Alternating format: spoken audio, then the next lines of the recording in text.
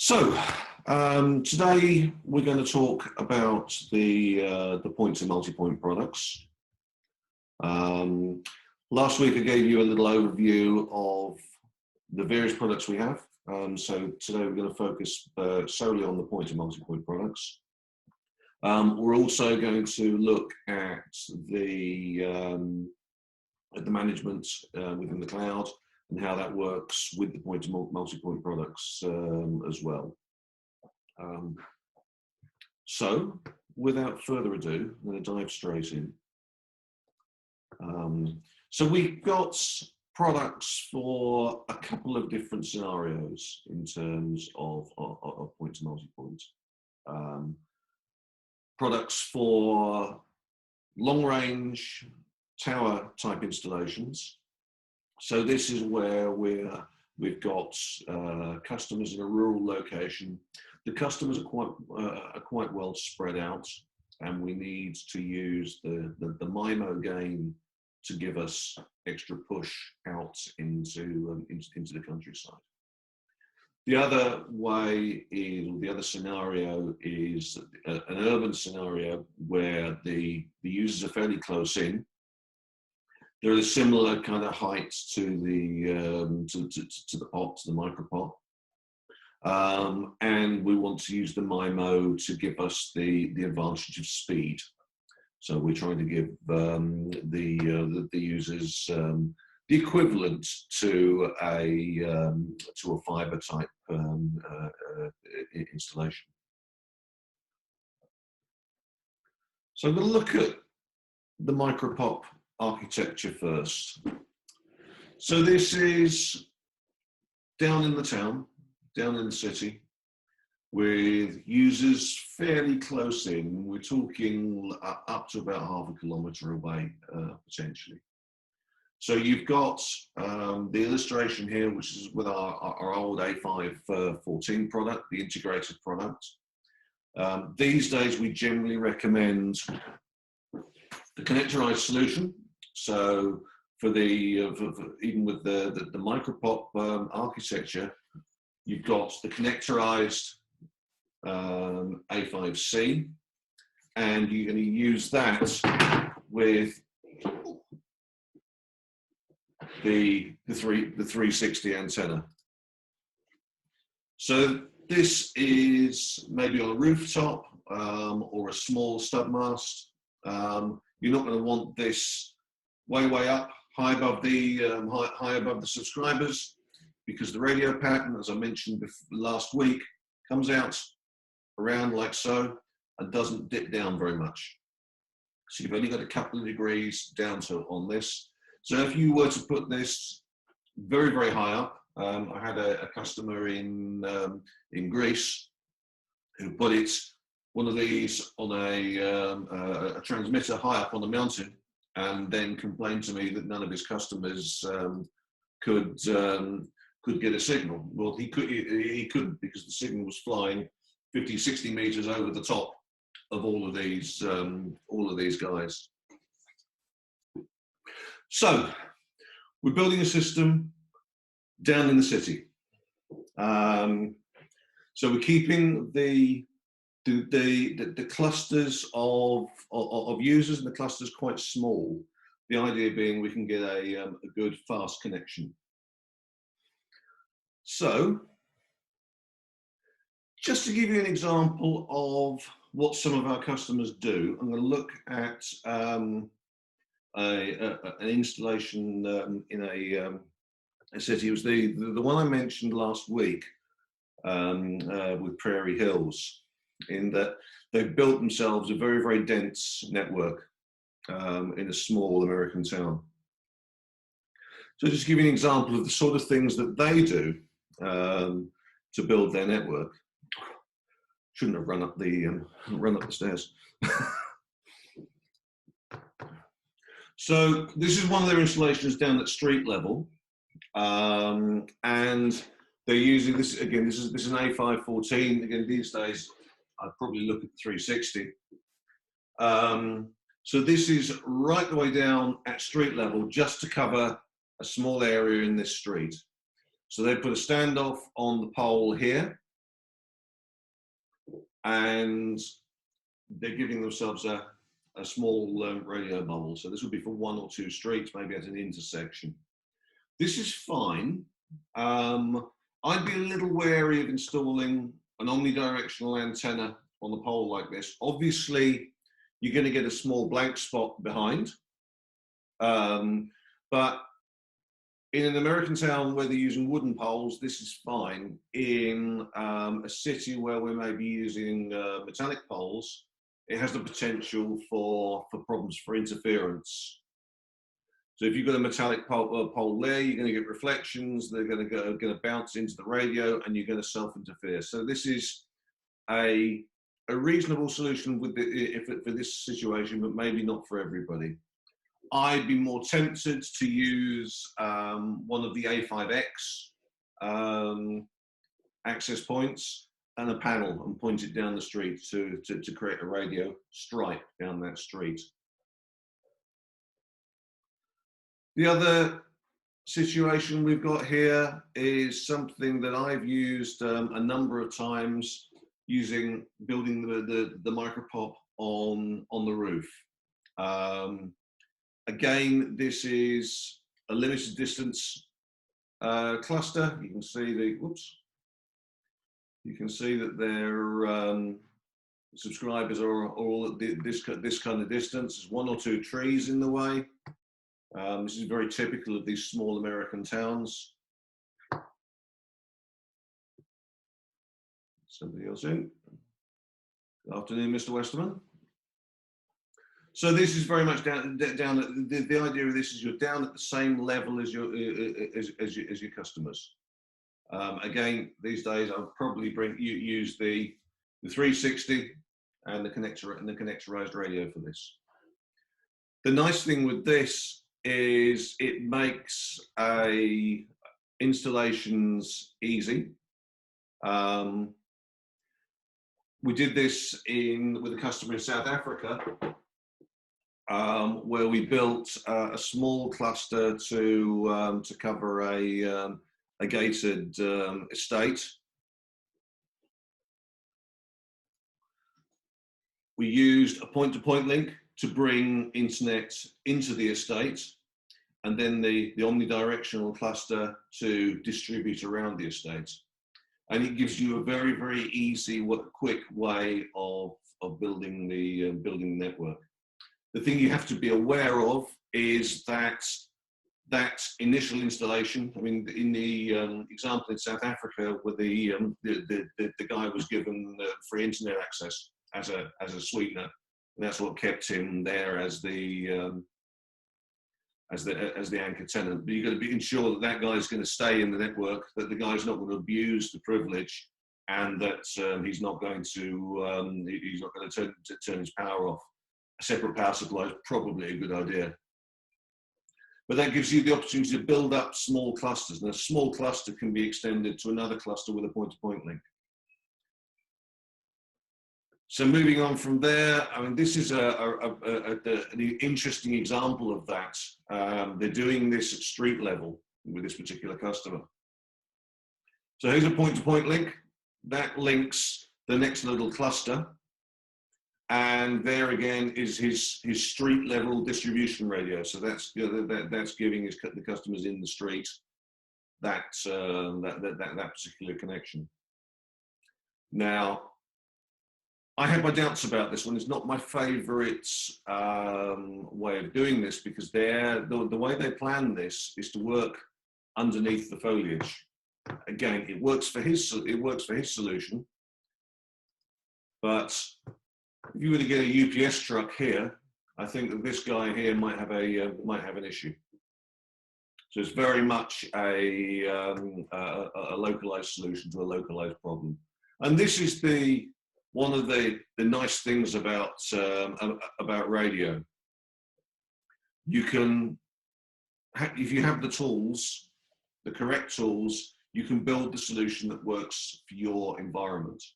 And that's the great flexibility. It's not a one-size-fits-all type of solution. Oops.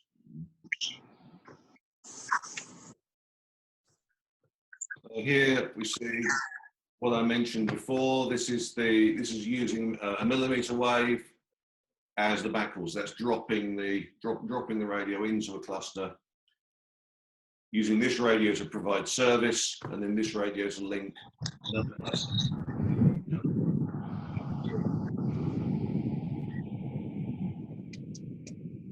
Getting a little bit of noise. Somebody, please.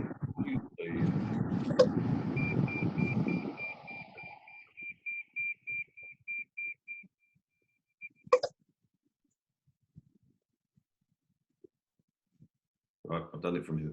I've done it from this end.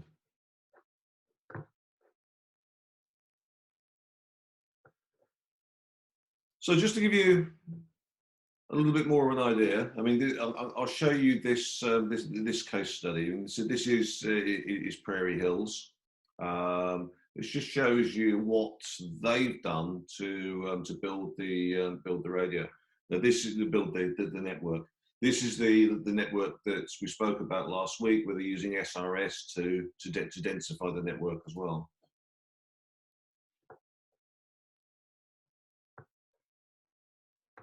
We started in 2012, shortly after we got married. I was doing computer repair before that, and we talked about doing an internet company in Ravenna. After the company I was working for sold out, and I lost my job there, we actually sold the car that we had and started with that money to start our WISP. Most of our clients are relatively close. We use a lot of micropops in our network. We also have clients who are like 5-6 miles away. I probably have over 100 micropops, and then probably about 20, 30 large, like your macro sites. We have over 1,200 Mimosa C5, C5C, C5X clients deployed and running on our network currently. 15 to 20% are commercial. Most of them are all residential customers. 20% of them are urban. 50% are suburban. And then the rest of that, it would be, they're all rural. They're out in the middle of nowhere. And they have limited options, so we try to help them out with getting the connection. As far as Mimosa products we have installed, we have every single product almost. For access points, we use the A5C, the A514, and then we use C5X and C5 and C5C for clients. We have the M5 360 on our A5Cs, and we also have it on third-party APs as well. We also have the M545 antenna and B11s. We're using a lot of B11s on all of our license links, or all our 11 gig links are B11s currently. For our unlicensed backhauls, we're using B5 or B5C. And then on the lower capacity links where we don't need as much capacity, we use the C5C or C5Xs. And the C5Xs we really like because of the versatility. And we're using a lot of B24s as well. On all of my tower planning, when I get a new site or when I want to put a new point-to-point in, I am using the design tool. It is like my go-to thing on using.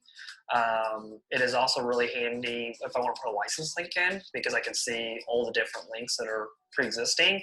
So I kind of have an idea of what my coordinator is going to come back to me with, saying if it's going to work or if it's not going to work.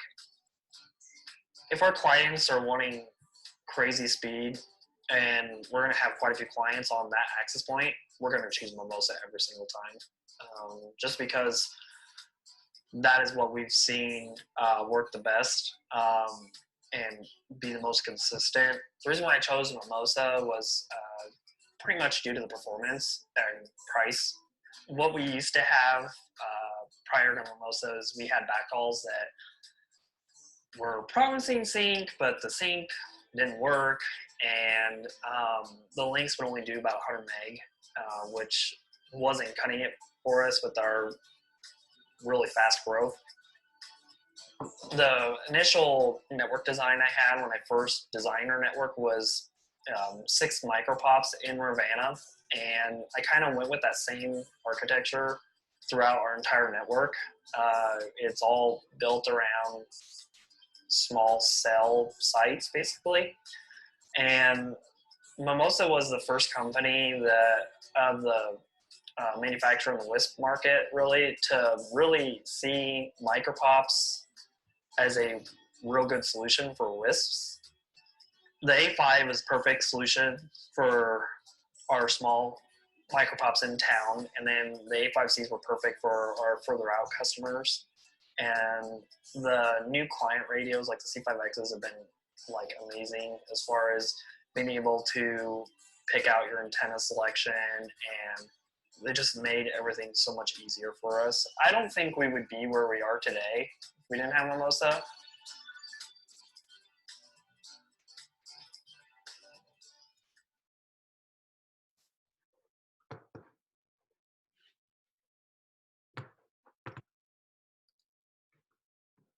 He's a good customer of ours. He's been a customer of ours for a long time. He's also a pretty tough customer. He works the radios and the technology pretty hard. He puts them in tough environments, and if anything goes wrong, he's very vocal in wanting us to fix it. So he's not a tame customer. In there, it showed a number of scenarios. It showed the lowdown in the street micropop scenarios, which is the favored and his favored and my favored way of building these networks. Keep small, high capacity clusters with a good backbone and a good a cellular type infrastructure. If you're going more rural, then obviously the tower sites, or in the case of these installations in the States, these little grain silos are the way to go. Use the panel antennas, the X2 for closer in, and giving yourself the coverage by doubling them up, or the X4 to give you that push out into the countryside. Now the GPS sync is really useful in these situations. So in this example here, you've got 5 A5Cs. I'm not quite sure about the mounting of that one. It looks like it slipped. Okay, the 11 gigahertz backhaul isn't going to interfere, but there's a lot of other 5 gig here. He's running 5 KPI 65-degree sectors. I believe they've been switched out now for Mimosa. But the SRS GPS sync really makes a difference to his channel allocations. In terms of the antennas, well, we mentioned this. We spoke about the antennas last week. The X2 gives you 45 degrees, 19 dBi gain, and enables you to push outwards from a tower. It's great for tower installations because you've got the bracketry that enables you to put down tilt on, so you can limit the spread outwards and deal with the fact it's mounted up high.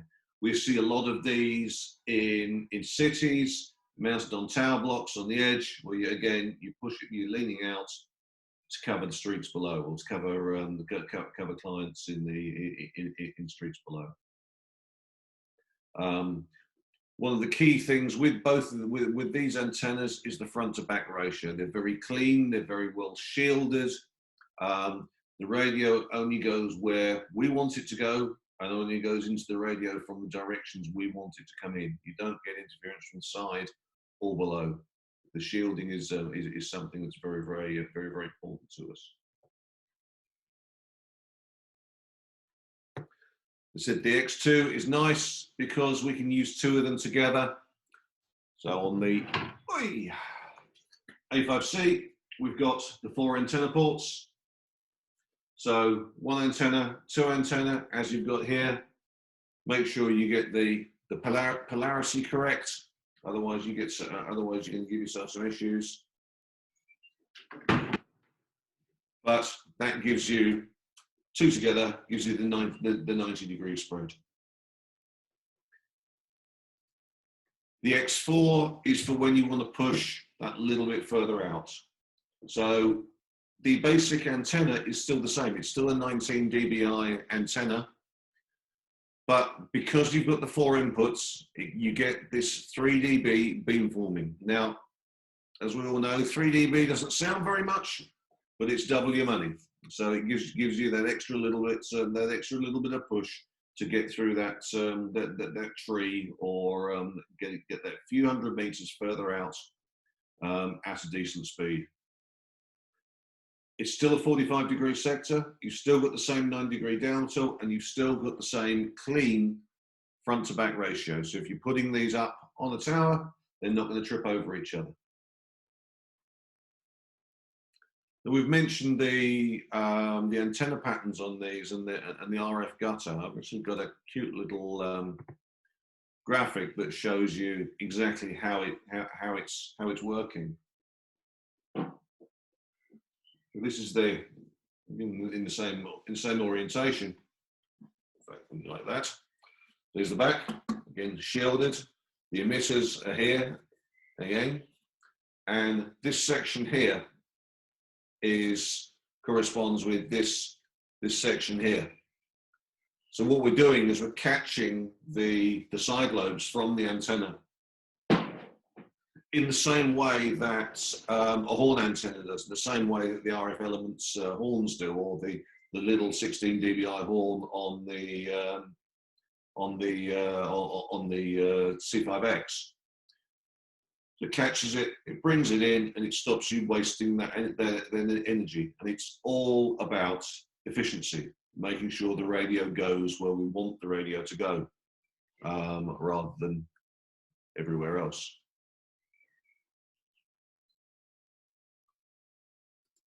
So it gives you the side lobe suppression like a horn does, but it gives you the gain and ground coverage of a sector. Now that's really important to us. They're solidly insulated. You've got the probably the world's best front to back ratio in a sector antenna on these, which gives you the spectrum reuse. So you've got the sector sync. The radios are working in tandem with the design of the antennas to give you isolation. The radios have got the GPS synchronization, so even if you don't have full isolation, you're still reusing the frequencies, which gives you a great flexibility in terms of the growth and build out of a sector site. Give you a great example. If you move into a new area, if the clients are fairly low, you might start out with an Omni-type antenna. So you can bring this on, you're using SRS, and you build yourself a nice little user base of up to about 44 clients with SRS. I don't normally load them that high. I normally peak out at about 30 subscribers. You want to give them a good fast service. You give people a good service, the WISP grows, you need more capacity in that area. The way to go from the Omni solution is to start sectorizing. So using the A5C and the X2, four radios here will feed 8 antennas, which gives you a full 360 degrees of coverage. But because you're back-to-backing, there's radio 2 here has 2 antennas on, here and here. Even without SRS, even without using frequency reuse, you can use 4 channels, like so. Give yourself 160 subscribers in that 180 degree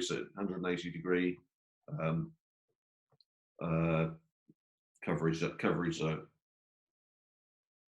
So at this point, you're not really using SRS because these are on the same radio. If you then need more density, you can add another 4 radios. So each radio now, we've added 8 radios, so we've got 1 radio per sector. We've switched to the X4, so we've now got beam forming on each sector. So we're going to push a little bit further out. and we're going to get higher MCS rates. And if you remember from last from last week, signal to noise and MCS rates are key in terms of getting the getting the speed. If you need the fast, that extra couple of dB that you get from the beamforming makes a massive difference. Give you a good illustration. Different mod levels correspond to different signal noise ratios. So if you want a high mod level, you need a lot of space between your noise and your signal. So you know if the noise increases, if the noise is really bad, then the gap here is small, the rate is going to be a little bit less. If you lose your signal, then the gap here is smaller, so the data rate is less. So the idea is getting as much space between the noise and the signal as we can, which gives us the higher modulation rate and the more throughput. Now the beamforming, so if we're here and we're working, we're using an X2. Here's the noise is constant, here is the signal. We change the radio out for an X4, which gives us another 3 dB. 3 dB raises that signal, so our gap here is now a lot more, because we've got this space here, more space, better modulation, better speeds. So as simple as this, bringing the gap between your noise and your signal is key. So good isolation, good planning, making sure you're in the right frequency, and ensuring that the antennas you use are well shielded will keep this part down, will keep the noise down. Using MIMO and using the correct antenna will give you the best signal. So the whole game is keeping this gap.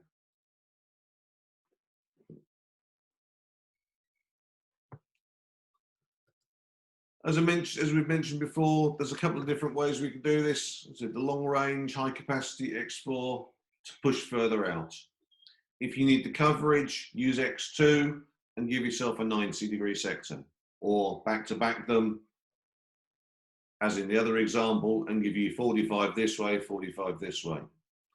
Just as an aside, the Mimosa antennas, it's all standard. If you've got something else in the network, one of these, there's no reason why you can't use our antennas with other access points as well, just to give you that little bit of extra distance. So the four before, beamforming is always useful. So the beamforming will give you the 3 dB gain, whether it's in the sector or whether it's in the micropop 360. It's using the same principle. We're using 4-stream beamforming to give us that MIMO advantage. So we've got beamforming in even patterns across both polarizations, horizontal and vertical. If you look at the old A5 products, we used to say 300-meter coverage. The 360, we say 500-meter coverage. It'll push a little bit further. It'll push further than that, but this is a reference value, if you like. This is a reference value to run a certain speed. So where the old A5 could run 300 meters, the 360 antenna, the M5 360, will run 500 meters. As always, the planner is your friend. Go back to the planner, play, model it, test it, survey, and implement.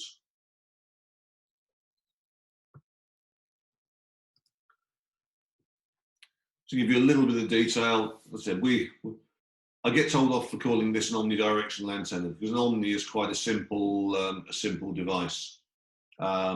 This is a quad sector dual polarity antenna. So you've got two elements in horizontal, 2 elements in vertical, so 180 degree antennas in here, overlapping to give you that beamforming and power gain. And it's a very, very symmetrical pattern. So to all intents and purposes, it looks like an Omni, but I really get in trouble if I call it an Omni. The engineers back at the office really don't like it.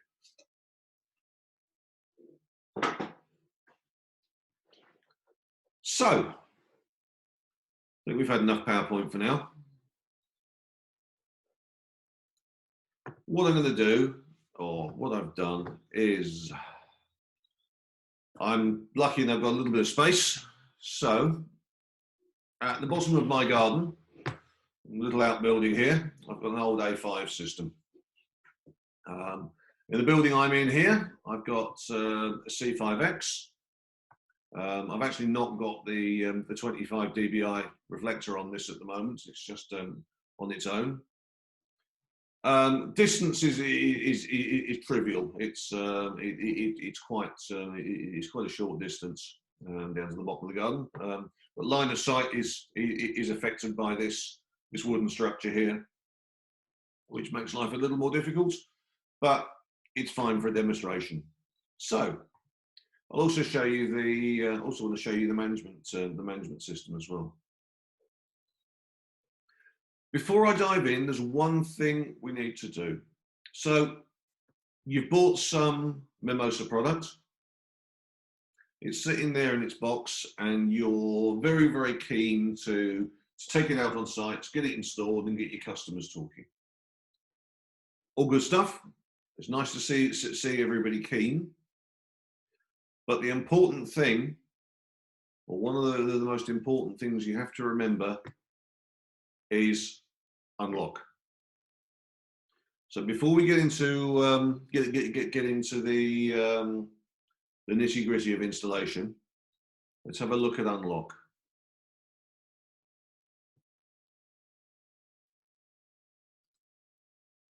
Upon logging into the C5X for the first time, you get the familiar update firmware screen with a beautiful C5X on it. So we're just going to go ahead and update firmware. The cool thing about the firmware now on 2.5.0 and greater is that you can download just a regular C5 point-to-multipoint image, and that will do both point-to-point and point-to-multipoint on C5C and C5X, and still, of course, just point-to-multipoint on the C5. So there's no multiple images anymore. You can just do a quick UI change on the C5C and the C5X. Now that we've firmware upgraded, we're to the unlock screen. For this exercise, we're going to go ahead and do manual unlocking configuration. So just like you would with any other Mimosa radio, we'll go ahead and type in the unlock key once we have it. So to get that, we're going to go to the unlock page. For this particular exercise, we'll go ahead and type in the serial number. Model type is C5X. Then you get to choose the link mode. You can either do point-to-point, or you can do point-to-multipoint. And it's the standard process of getting a normal unlock key. So we'll copy it from here. We'll paste it into the manual unlock window. We'll hit unlock. All right, so we'll put our password in and save. Then we'll type in our password. And your device firmware was successfully updated. You've successfully unlocked your radio. Okay, so we're going to go to the mobile app here. Let's skip out of this part. Now, as I mentioned last week, unlock is super important. When you first get a radio, the first thing you have to do when you power it up is software upgrade. The second thing you have to do is the unlock. I always recommend that this is a process best done in the office. If you're out in the field and you've got a radio, and it doesn't matter if it's point-to-point, point-to-multipoint, access point, client, or whatever, the procedure is exactly the same for all Mimosa radios.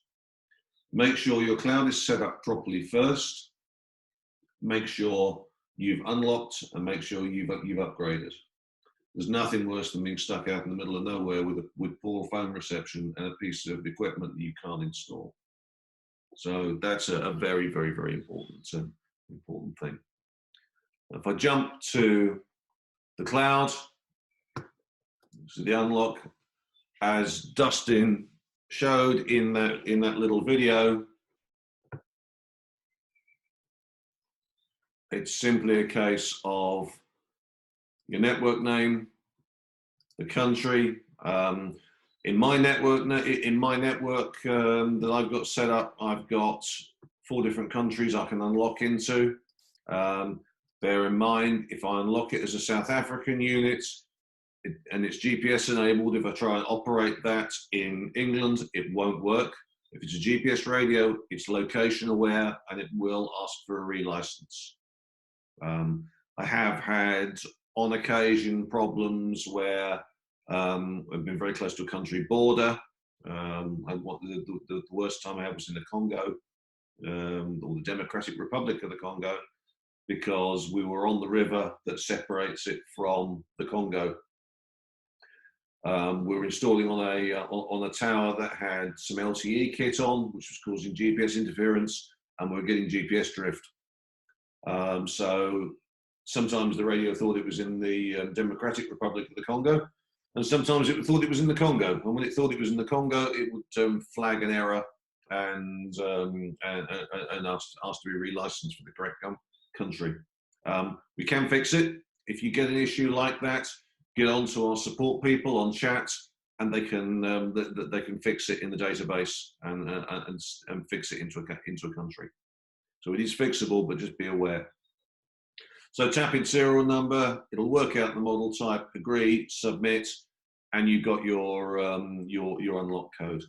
Your unlock code will also be in your email and in the emails of anybody who's on your cloud as a manager.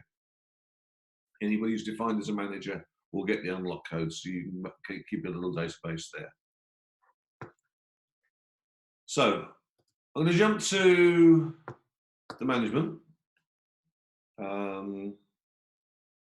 We didn't talk about management last week. I did a little work on design, but we ran out of time before we got to there. So here's the management for my network. And you can see I've got a little bit of equipment here in the north of England. Now, if you scroll out like this, you get a little overview. So I've got 2 failed devices and 2 OK devices. In from the overview here, so I can see, yep, I've got 2 devices that are healthy. I've got no devices with a warning, 2 devices which are critical, and nothing there. As soon as you register a client or any radio at all, it goes into this pot here as being offline. And mute on there as being either cloud offline or ignored. So until it's seen by management, it'll sit in here. So I've got a couple of units which I use for my point-to-point demonstrations, which are in the box in the corner, so they're not showing up, so they're being shown as down, and a couple of radios which I've got running at the moment. So that's all good. So this gives you a little overview. What you can then do is move into an inventory, or what I want to do is look at the device list. So I can look here, I've got the whole list of devices. I look at my point-to-point radios, which are both offline at the moment. Point-to-multipoint. Nice thing about point-to-multipoint is it nests stuff, so you can see which clients are connected to which access points. So I can click into here, click into the access point, and get a view of what's been happening. You can see that this radio has only been powered on since 10:45, as I switched my radios over. But it's got the history here from the radio over the last couple of hours. Can take a look at the radio spectrum. Now I'm here in the UK. I'm in a fairly quiet environment, so there's a little bit here, a little bit of noise here. Everything's quiet. Everything's happy. You can see that here is the green bar here is where my radio is operating. Anything without the bar is available to me, and anything red is excluded by country code. So as you can see in the UK, they don't give us much space to play in. I can see the clients. I can do a little bit of analytics available on the clients and how they're running, what their MCS rate is. You can see this is jumping between 6 and 7. Look at RSSI in both directions, packet error rate. There's a whole lot of information you can dig into to see what's going on in here. What I'm going to do from here is I'm going to jump into the radio itself.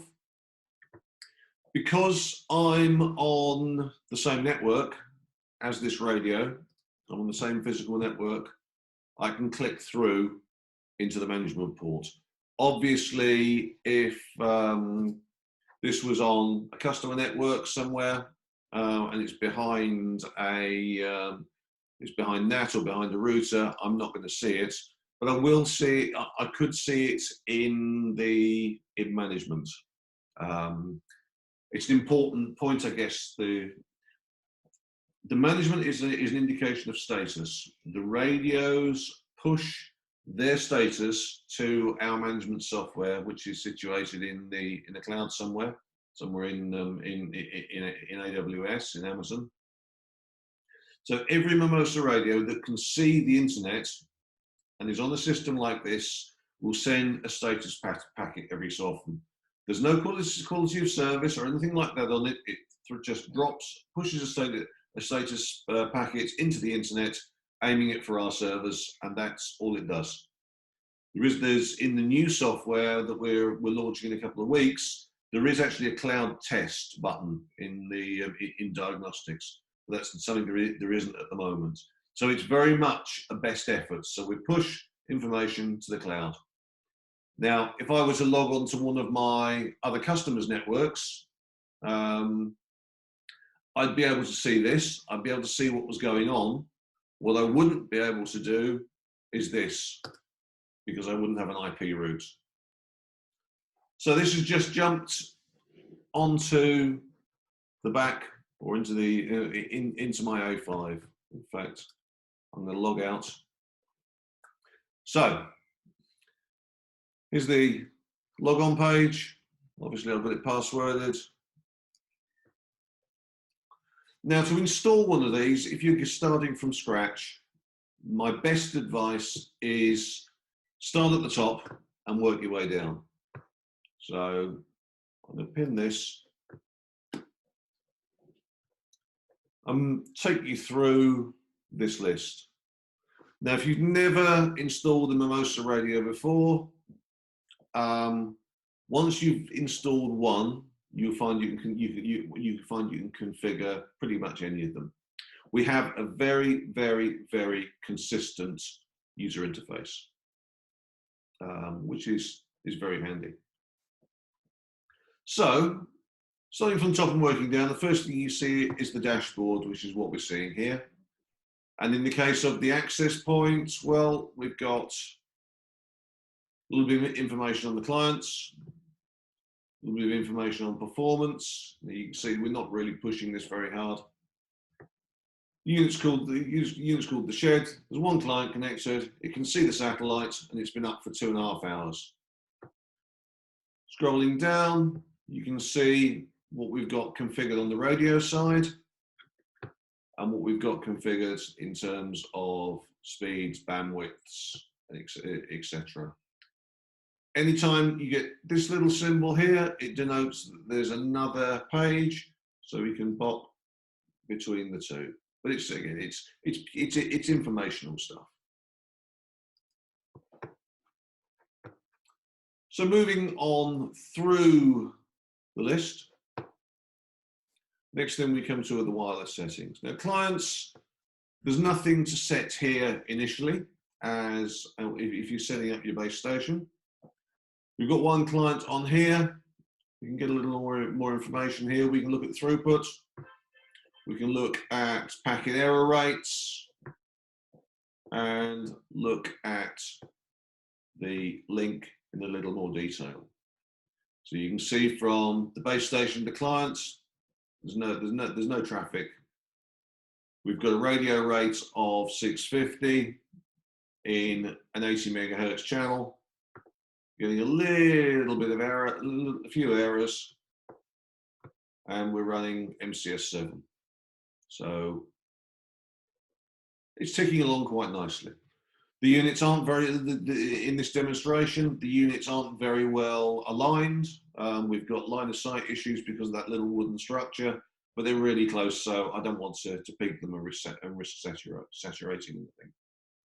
But when you're running, when you're installing and setting up your base station, you've got very little to set here.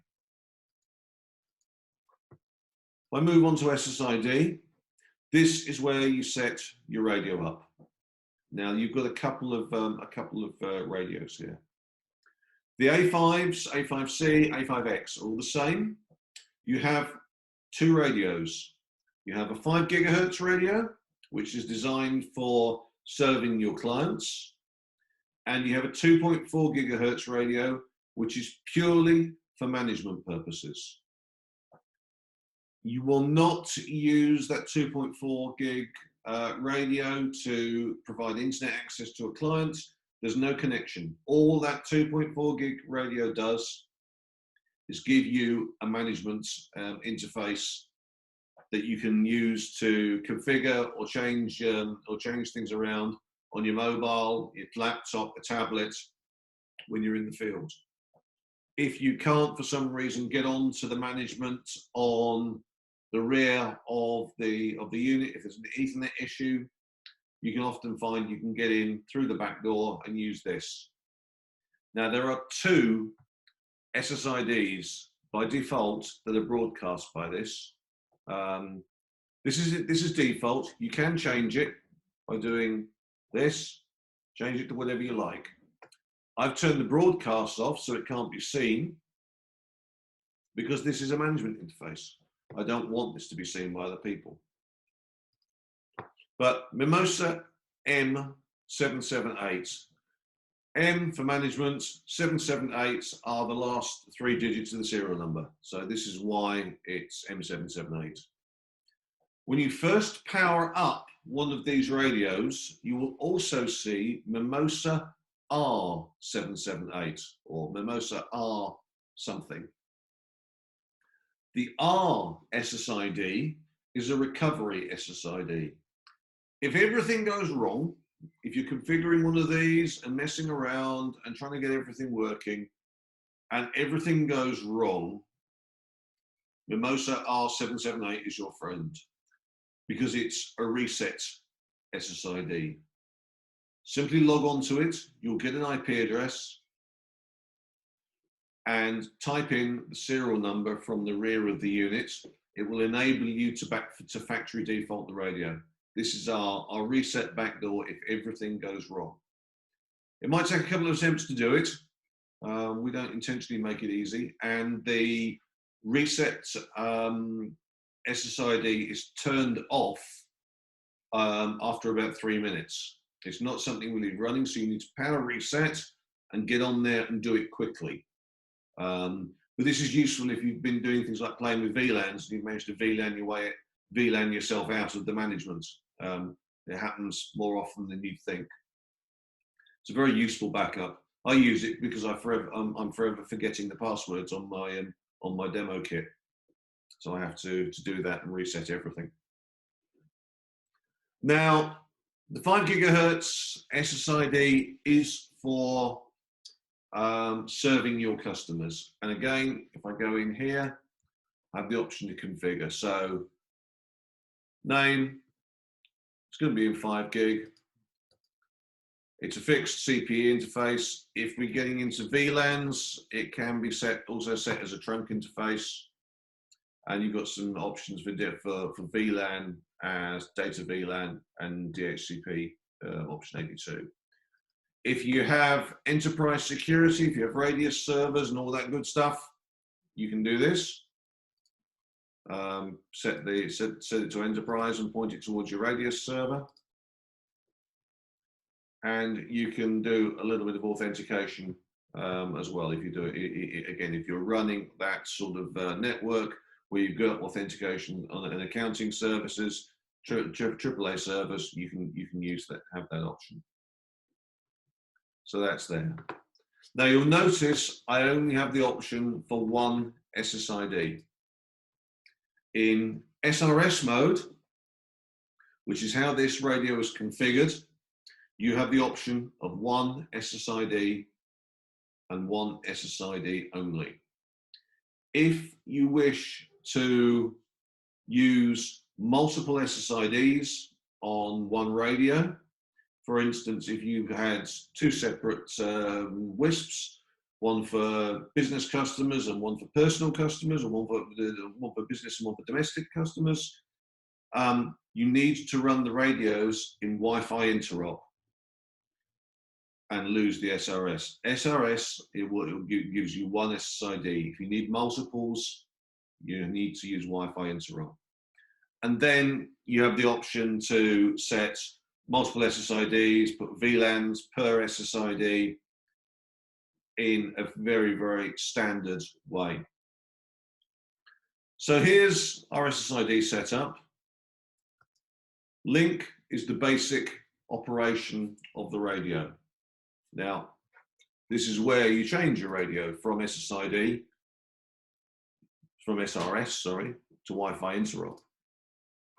I'm not going to do it because that'll mean I'll have to reboot the radio. This is also where you get the option in the new software to change the traffic split around. Now, this radio is on 2.5 rather than 2.8. So in SRS mode, we only have the option for 50-50 operation in either gender A or gender B. When the new software drops, when new software lands, we'll have the ability to set 75-25 and 63-33 in either gender, so that you can bias the traffic in a downwards or upstream, if you want, direction. I think most people will use 75-25 downstream biased. So all the time slots in SRS are biased towards getting the data down to the customers. In a Wi-Fi interop, you don't have this option, because in Wi-Fi interop, it's standard CSMA CD operation like any Wi-Fi. So it's any Wi-Fi radio. So the prioritization is based on who talks the loudest. This is why we recommend SRS. It gives you predictability, it gives you controllability, and with the new software, it gives you the bandwidth control as well. You've also got a couple of changes here that you can make here for rate adaptation. This is the switch between the modulation levels. If you change it to 10% rather than 3%, modulation changes occur at a little less. So it's it's smoothing the operation out. So it's not trying to reconfigure and retrain as much. If you've got a situation where we have very transient interference that's going up and down a lot, you might want to put it in 10% mode, just to try and smooth operation out. Now you'll notice here, when I change this, or change any parameters, I get this orange bar at the bottom. It's been flying in here. You make a change, it's not saved until you do that, or you do that to remove it. If you try and change to another screen, and you've still got an orange bar up, it won't let you do it. In the old versions of software, it would let you change and you just lose it. So these days you actually have to physically say commit or get rid before you change to another screen. So we've got our SSID set. We've got our mode of operation set. The next part is channel and power. Now that immediately takes you to the spectrum analyzer. And you can see here we've got exclusions and restrictions. Now, in the UK, from 4.9 to 5.4 is not allowed. 5.8 and above is not allowed. So these restrictions here are put in by the regulators because we've said it's a UK unlicensed radio. If I was to set it to UK licensed, and thereby implication I've got a license to use the other bands, I get a little bit more of the spectrum opened up here. What you can do, if I mean, at the moment I'm running in automatic mode, so when you first fire up the radio, it will do a scan. It will look for DFS for starters, and see if there's any radar. It'll look for interference, and then it'll make a choice as to the best frequency that it's running on. If you had, for instance, a frequency that had a lot of transient noise, the noise coming in it periodically, and you wanted to avoid it, you could put a manual exclusion in. So I can put an exclusion from, let's say, 5478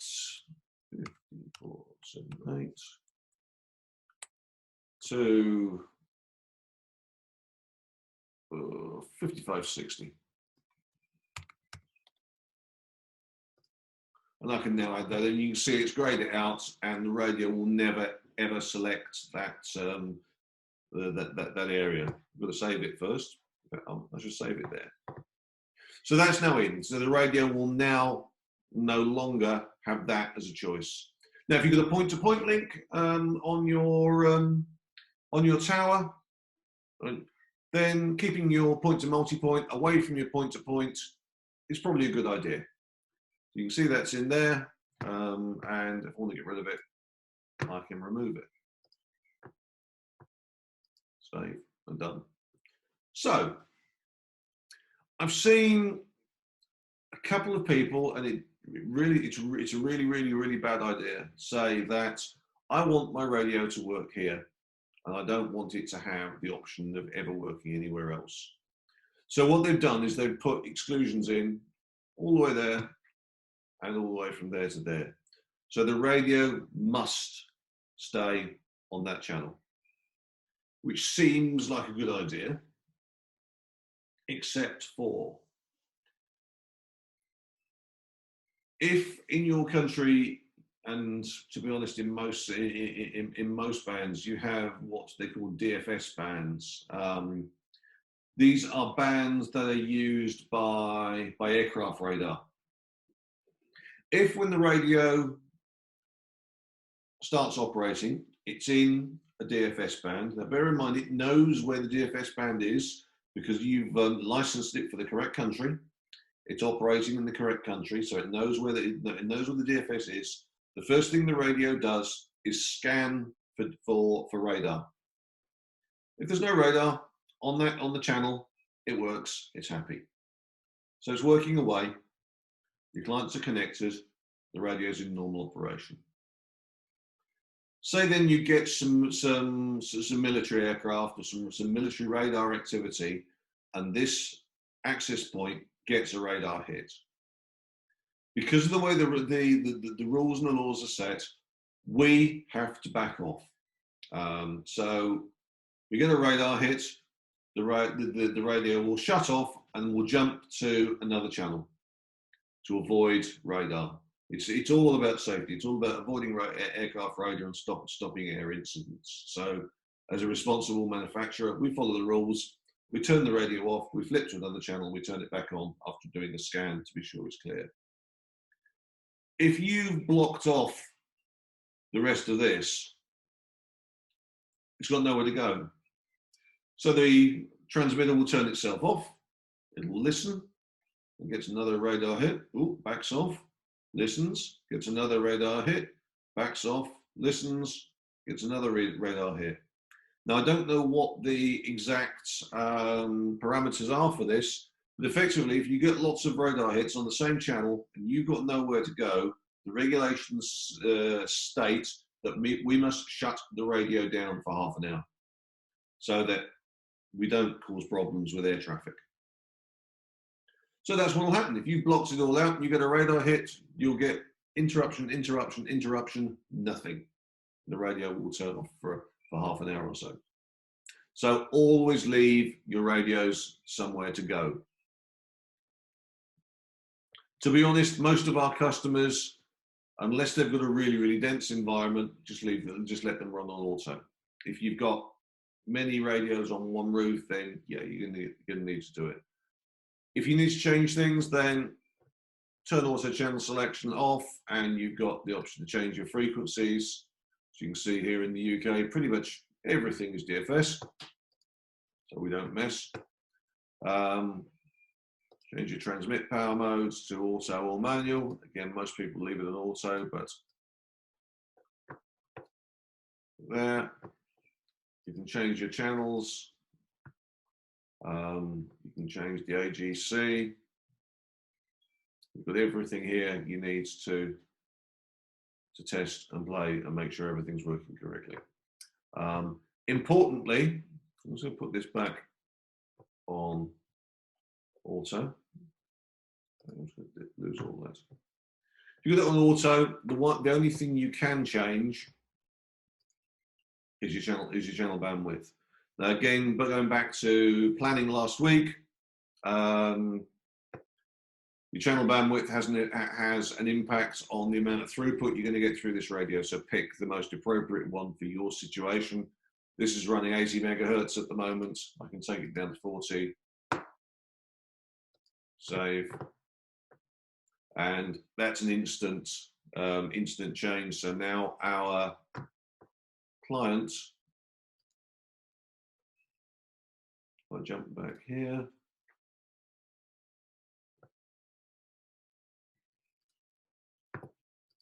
our client should be running a little bit slower now. It's not taking effect yet. Remember, this is not dynamic. This is the cloud-based management system. So this is only going to update when it gets a status pulse. I'll log on to the radio itself. I should see that's dropped back. It's still not done it. It'll get there. So this is where you change your channel width. I'll put that back on 80. You've also got the ability here, if you really want to change your management interface for the smaller radio, for the management radio. So that's your spectrum analyzer. So now your SSID is set up, links set up, everything should be ready to rock and roll. The analyzer on most of the radios, and this is very much the same across the range, you have a local and combined button here. This is obviously at the access point. In these point to multipoint systems, the access point controls everything. The access point controls all the channels from the clients. The clients will report their status back to the AP, and the AP will make decisions based on that. So it's worth looking at the combined, if you're setting your own channels in manual mode, it's worth looking at the combined view, because if there's interference at the client end, you won't see it in this view. So here you can see the AP end, you can see a little bit of a spike here. There's a certain amount of noise. The noise floor is 93 dB. We go to the combined view. Noise view is much lower on the combined view because it's not getting so much, but the incidences are less, which is another good point. How to interpret this. Obviously, this axis here is the radio spectrum from 4.9 to 6200. And that's all I've got available on this software version and this hardware. The peaks here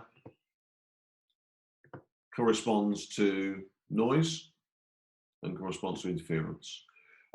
Mimosa radios do not see themselves as interference, so any Mimosa radios will not be seen and not be picked up on this. So it's purely other devices.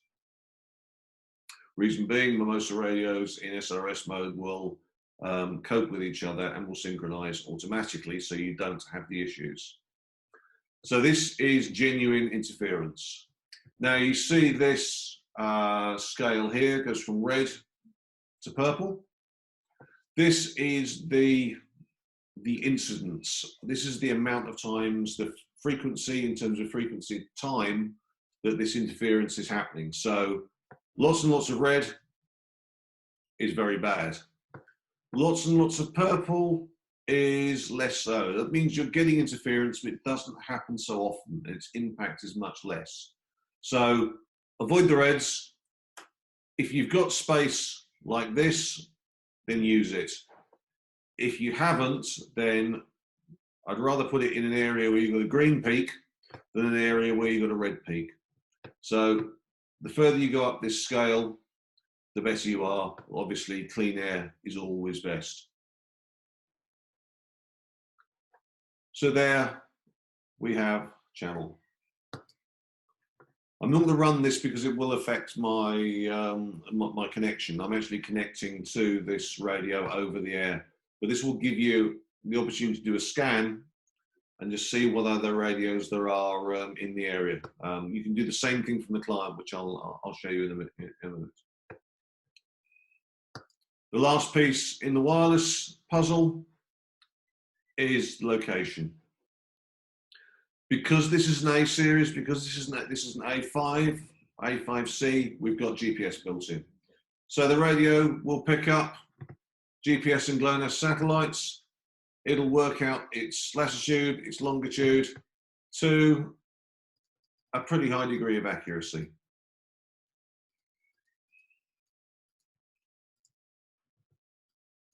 That's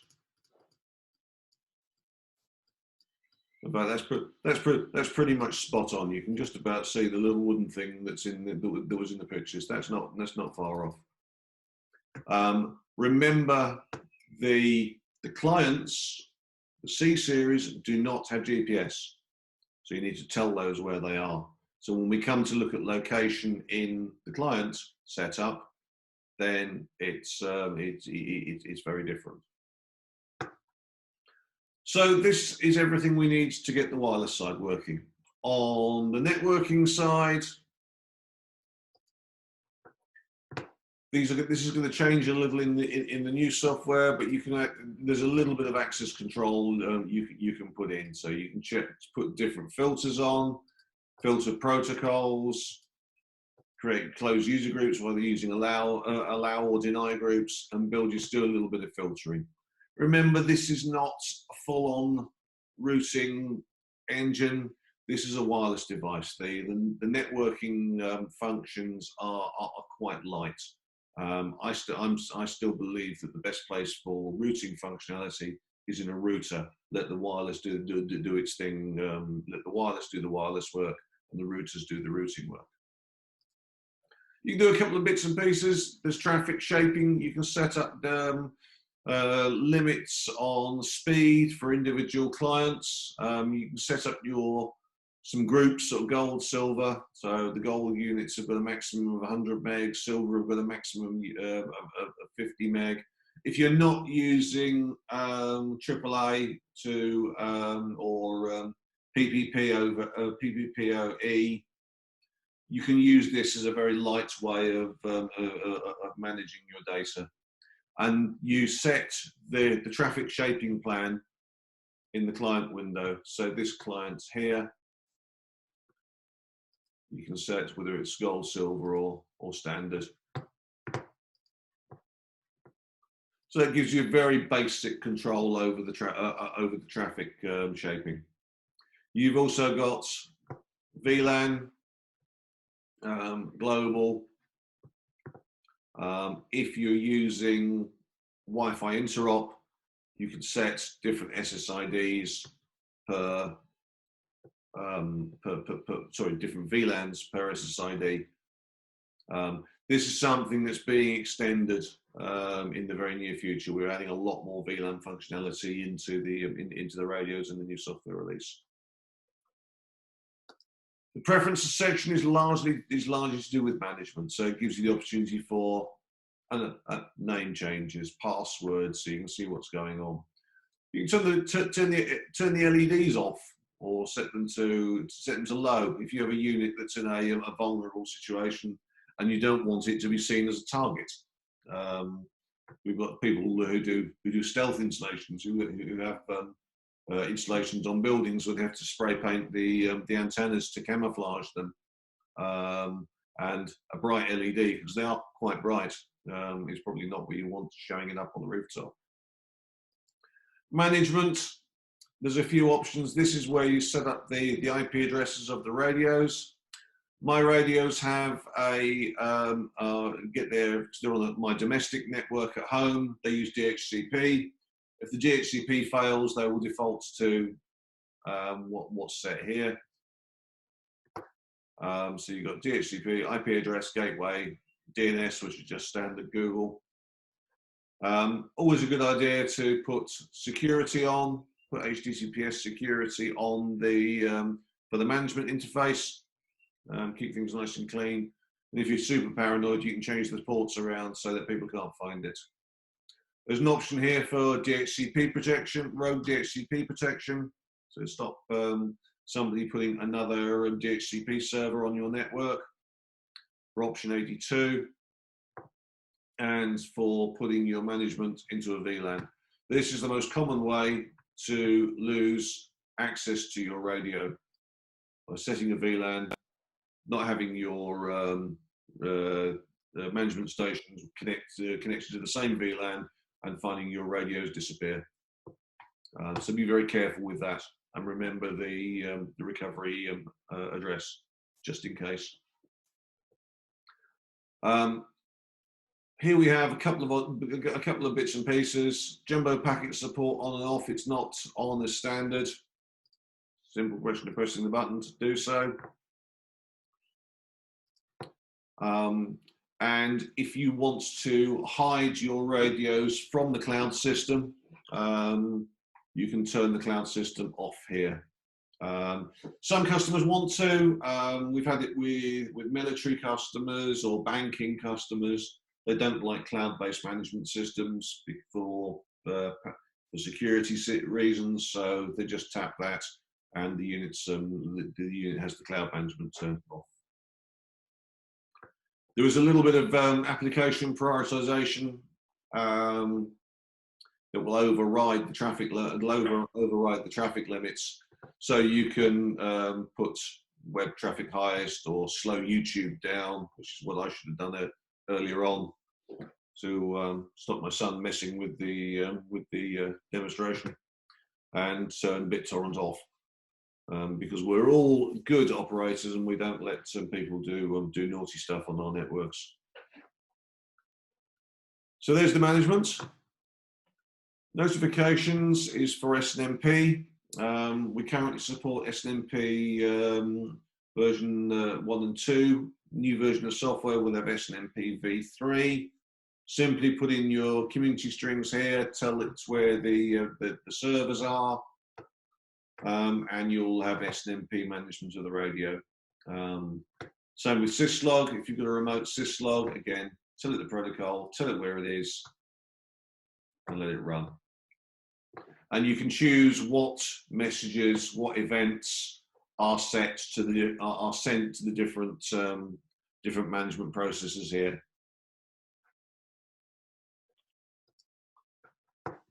In here, firmware and reset. This is the current running software. If you want new software, it's obtainable from the cloud. So if I go there, now this will change depending on who you are and what you have access to. As you can see, I have access to beta software, 2.8 betas here for a number of products. Beta software for A5X. If you're talking to the support guys and you've got an issue, sometimes they will release beta software to you within your cloud environment, and you can pick it up and get it from here. And it's just click, download, and leave it sitting on your machine. You could also do a little bit of scheduling and schedule stuff to be downloaded to your radios and manage them that way. But from the GUI, simply click browse to the piece of the software on your machine. My downloads directory. You can see here we've got various images here. Click on it, let it do a CRC, and then update. It'll update, reboot the unit, and you'll be there. Update, reboot, couple of options. That is a simple reboot. Turn it off, turn it back on again. This will absolutely go completely back to factory settings. It will remove it from your cloud, and you'll have to start again. That will just reset the configuration. It'll still be unlocked. It'll still be assigned to your cloud. It'll be a blank radio, and that is to just remove it from your cloud. You can configure, reset the unlock, remove it from your cloud, and when somebody else brings it online, they can unlock it into their cloud, and it'll be pre-configured. If you have a test network in your office, you can build it that way and then transfer stuff into somebody else's cloud by using that. The client association is an odd one. This is a problem-solving tool that was designed by our software guys. Effectively, if we lose clients, if we lose all clients for this period here, it will reboot the access point. It was designed for a particular client. I don't feel it's a feature that we should be using in regular running networks, but it's there should our support guys ask you to run it. There's another one very similar in the clients where you can make it poll a certain IP address, and if it doesn't receive an answer so many times, it'll reboot the client. The configuration is downloadable, so you can back it up and restore it. Obviously, if you've got a big bunch of clients that are all set up the same, it's a really nice way of doing it. Just download it all and then squirt the config up one by one. So that's the entire setup of an access point. There are some tests you can do. We've got ping and trace route. You can look at the forwarding table. You can see on mine everything comes via the client because the radio's at the bottom of the garden on its own. And you've got logs, both runtime. So this is since it's been turned on. persistent. This is forever. You can see this radio was built in 2015. And deep. Deep logs are not accessible by you. They're not even accessible by me. If our support guys have an issue, or you have an issue, our support guys may ask you for a deep log. Download this, send it to them. They can take it apart and peer deep under the hood of the radio. They don't let me do it, and they won't let customers do it. But it will give them a good look into a system that's failing. So that's worth knowing. If they ask you for a deep log, that's it. So there's the access point. So from that, you can see, you just take it through step by step by step, set the radio up, set the management up, and you're running. The clients are very, very, very similar. So again, I'm going to go into this client here. As before, new client, you've got to unlock it, you've got to upgrade it, and then you find yourself at this point. And you'll see the interface for the clients, web interface, is very, very, very similar indeed. Status row, so we know what the SSID is. We're talking on that one. We're running the radio in point to multipoint mode. If it's running in point to point, obviously it'll say PTP. It's connected. It's been up for nearly 3 hours, and we've got an availability of 99.2. That'll increase as it runs. We've got an indication of our raw signal, 43.2 dB. And we can see it's running on 5660, 80 megahertz channel, and it's running at a transmit power of 5 dB.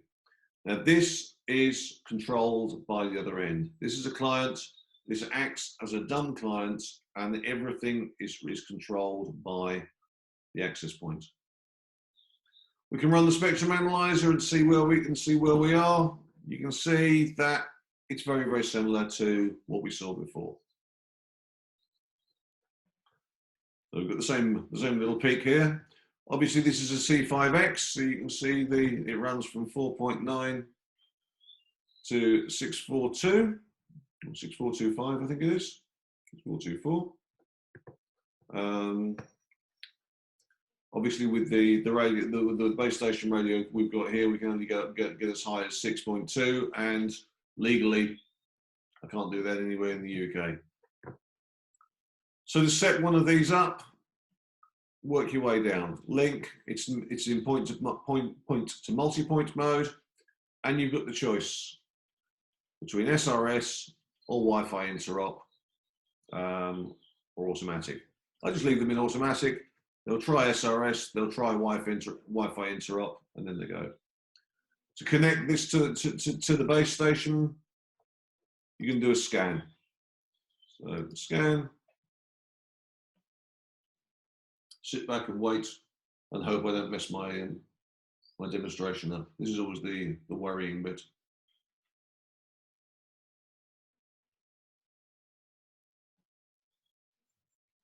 What I should see is any 5 gigahertz radios that are in the area. Yay, look at that. So there's me. It's a Mimosa. We've then got 2 unknown networks in the 5 gig band, Vodafone and whatever that is.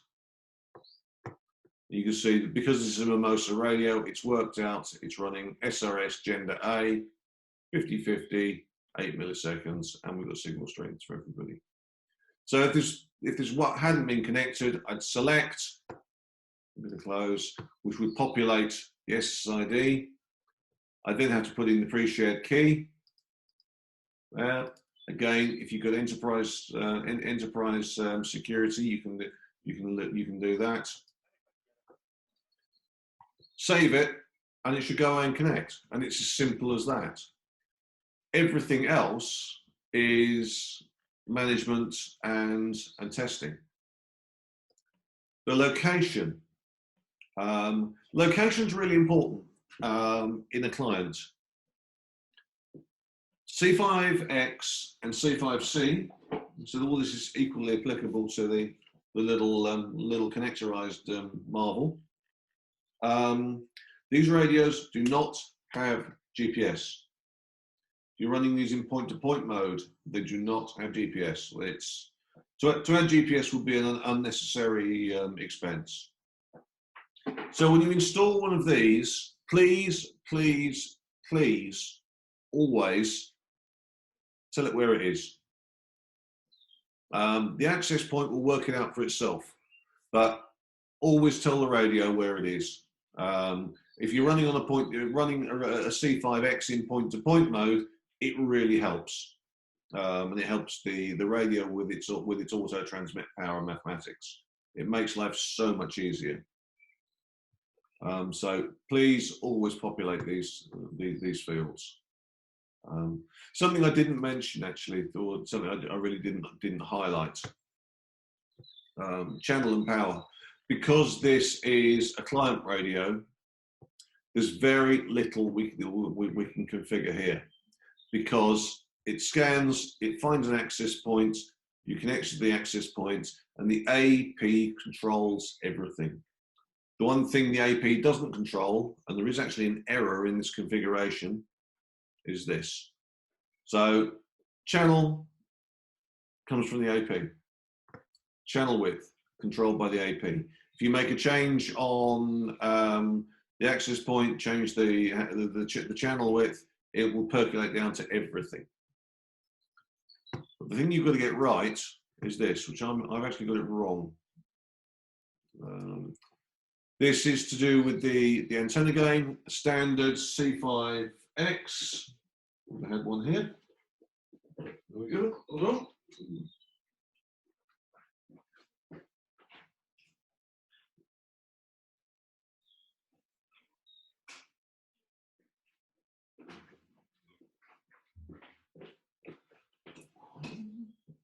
Standard C5X. We can use this without an antenna because this is an 8 dBi antenna, and this is what I've got up outside. But you've got to tell it. There's no way for it to know what's attached to the front of it. So always get that bit right. So I'm going to make that change, because if it doesn't know what an antenna gain and it's using auto transmit power, it can't do its maths correctly. So always make sure that you've got that bit matched, you've got that bit correct. And that's the only part of the configuration that you need to do. Or unless you want to set the power for some reason. But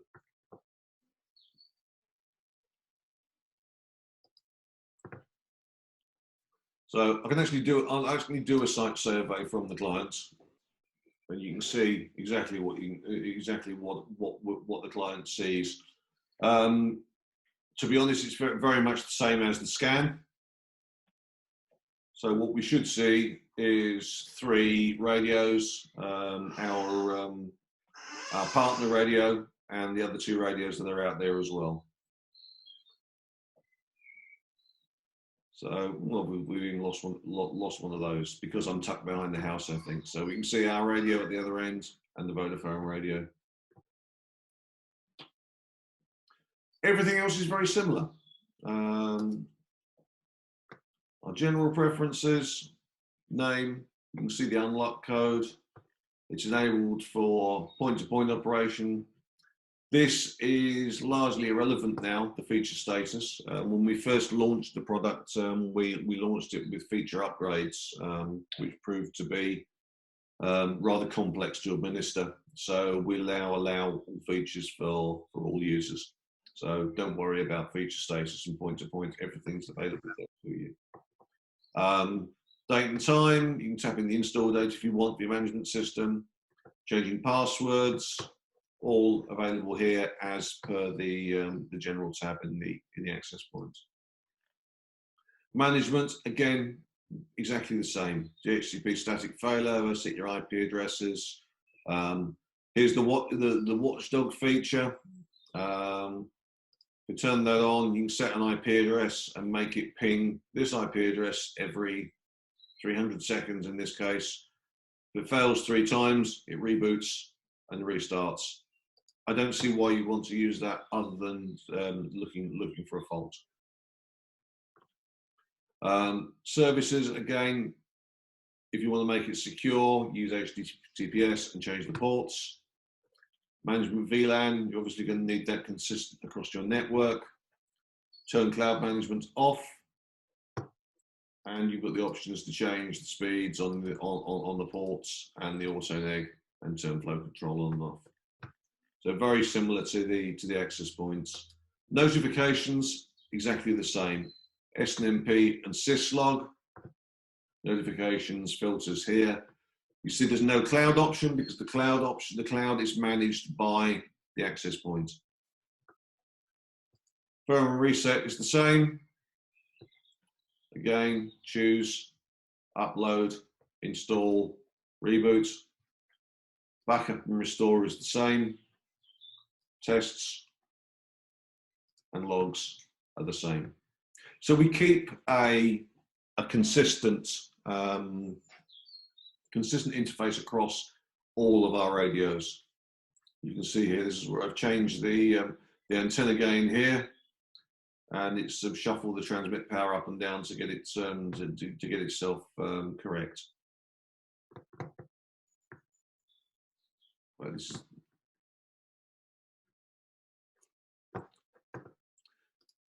so if you get those two parts right, it's very, very simple to do. So what you should now have is a solid, reliable client and a solid, reliable connection. You can see here I'm getting a physical rate of 585 megabits transmit, 691 receive. So this client is really flying. So that's the configuration side. To finish off, I just want to talk a little bit about the installation, because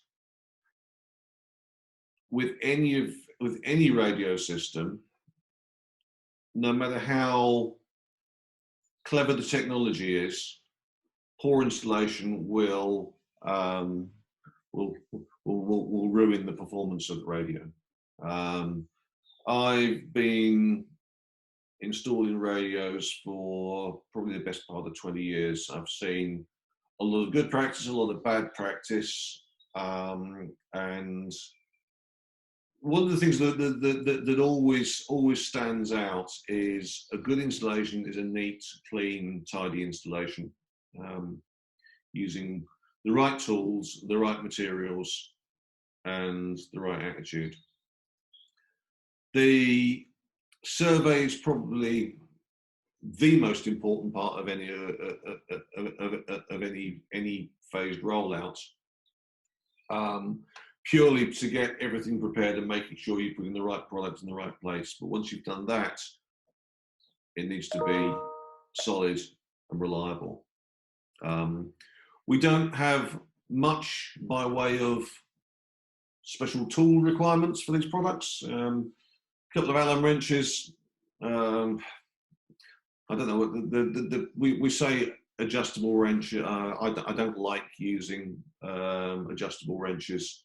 I'd always recommend go out and buy yourself a good set of spanners. It makes life a lot easier, and there'll be a lot less skin knuckles and rounded off nuts and bolts. A couple of screwdrivers, wire cutters, and then if you're terminating the Ethernet stuff, cutters, pliers, crimpers. One of those will save you an awful lot of headache. They're not expensive for a simple Ethernet cable tester, and it's always nice to test these things before you walk away. Ethernet crimper, I will always say buy the best you can afford.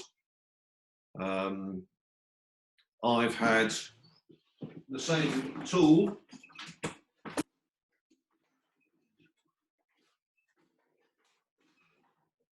for about 20 years.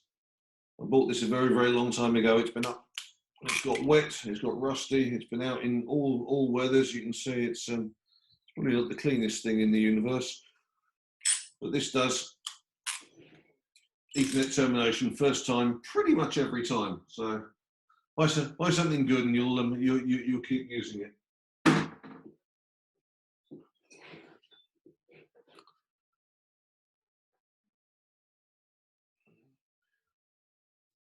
Mounting the units, the clients are very simple to do.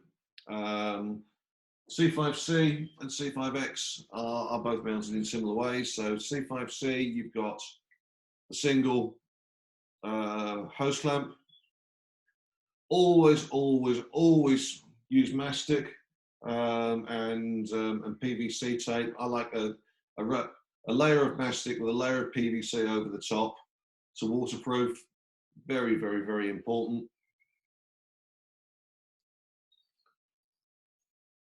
And grounding wherever possible. It's difficult with clients. I know it's really difficult with clients. The official company line is that you should run an earth cable from the earth stud on this all the way down to the ground via one of our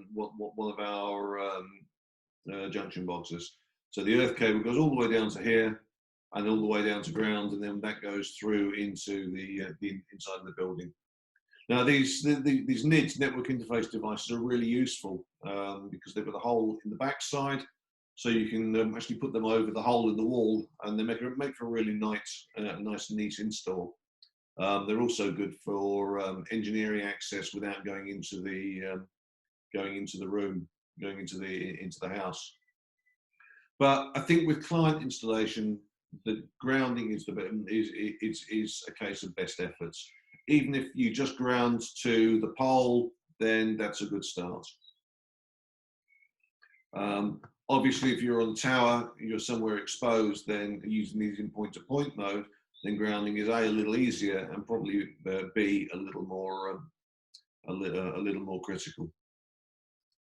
With C5C, we also give you a little bit of dielectric silicon as part of the kit. So somewhere in here, in amongst all the bits and pieces, there's a little bit of silicon. Just helps you waterproof the unit. And as I said, a neat installation is a happy installation. So it should be nice and clean, all cables tied down, so there's nothing flapping, and you'll have years of good service. C5X, similar. C5X, we've got 2 attachment points these days, which is good. Same hose clips. The antenna just screws on. So where it's gone? There it is.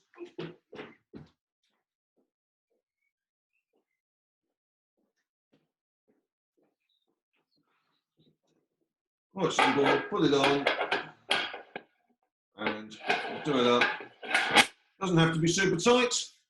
Just line up. It just lines up. You'll see there's a little slot here that lines up with the grub screw. So just make sure they're on tight. Don't have to be super tight. If you're going to want to, if it's a temporary installation and you're going to want to take it off at some point, a little bit of graphite grease. It's got to be conductive. So graphite or copper slip in the threads doesn't do you any harm, because they will tend to fuse together a little bit after a while. When you align or tighten this grub screw, do not be too macho about it. Don't use your biggest, strongest engineer with his biggest screwdriver. The screw is very small, and it is possible to break it if you're heavy-handed. So be a little careful and ensure that screw is out before you put the dish on, so you don't scrape. We've had a couple damaged like that in the past. As before, grounding, best efforts, and you should have a nice, neat installation. And of course, there's me talking about grounding, please do the grounding, please do the grounding. Our demonstration photographs here, neither of them have grounding on. That's a bit of an own goal. So for the access radios, very, very, very similar system. Similar tools, similar hose clamps. Ground, you're going to be higher, potentially on the tower, probably a little bit more important. The Ethernet has a gland. So you've got a crush gland. That piece is split. Whoops, how do I do that? Right. A5C is the same. So your clamps are through here. Ground wire. Your coax cables to your antenna, again, mastic and electrical tape over the top to seal. Ethernet has a gland that splits, so you can terminate the cable before you put it on. I know a lot of people forget, but it's possible to do. So always in solid, waterproofed and ready to go. If you're using the N545 X2s, make sure you get the polarity the same, A, B, A, B. If you're using X4, again, plus, minus, or horizontal, vertical, depending on what antenna you're using. Just don't mix them up. Connect 1 and 3 to the same polarization, 2 and 4 to the other polarization. Don't cross polarize. You will take about half the performance out of your radio should you do that. It'll give you all sorts of problems. Cabling.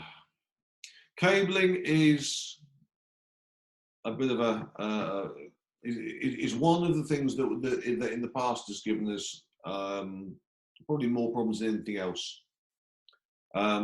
Never ever buy cheap cable. Our recommendation is shielded Cat6 or full twisted pair. So you've got 4 twisted pairs separated with a plastic spine,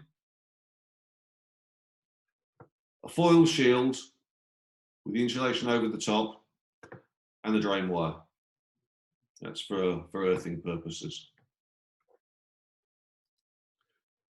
Connectors, if you can get metal bodied, even better. These are particularly good ones. In that you've got the strain relief there. You can put the drain drain wire under the strain relief, just tucked into here. It does work, but that gives you that earth path from top to bottom as well, and that makes for a really good interference-proof cable. Bearing in mind we're working in a very interference-prone environment. Cheap cables with no shields, plastic connectors. No, don't go there. It will give you problems. There are lots of pictures from the States of no twisted pairs. You need the twists to stop you getting noise induced in the cable. Straight cables give you noise pair to pair. Twisted cables mean you don't get that magnetic field and you don't get that noise current. If you've got bad cable, you'll see it. If you ever see this in your log, the Ethernet flapping like this, link up, link down, link up, link down, it's a fairly good indicator that you've got a cable problem. Obviously, if you wired it wrong, you'll get nothing. If you've got a bad cable, bad connections, interference, something like that, you're going to see something like this. MIMO event, up, down, up, down, up, down, a flapping Ethernet port. The guys in the States recommend this this Shireen cable. I don't know what the availability to you is, but outdoor Cat6 shielded FTP with these connectors works an absolute dream. So that's your Ethernet cable.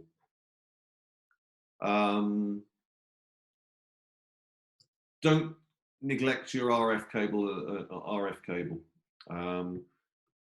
Metal on metal, it wears. People are heavy-handed. N types are quite easy to cross-thread. So always check your connectors for damage and wear. Check for metal dust in there. Give them a little. Don't put a worn cable in. Don't install if it's chucking it down with rain. I've seen too many problems with shorts on these, with people who have installed these in a rainstorm, and then waterproofed over the top of them and left water in there. Always ensure everything is clean and clear. Make sure everything's terminated properly. Inspect it for connectivity, and again, use good connectors. Don't use cheap connectors. On that note, I'm going to stop.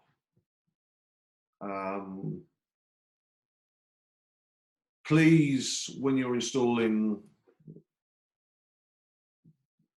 don't cut corners. Don't use the cheaper installations, and take your time. A little planning and a couple of extra dollars on buying good quality installation materials and planning the job properly makes a massive difference in terms of reliability. And the problem is that when it comes to these systems, the cables and things like that, people can see. It's always the spooky wireless stuff that can't be seen, that get blamed. And if you're introducing a new technology and new systems to people, you need to be sure that you give the technology the best chance it can have. So thank you very much for listening. Any questions?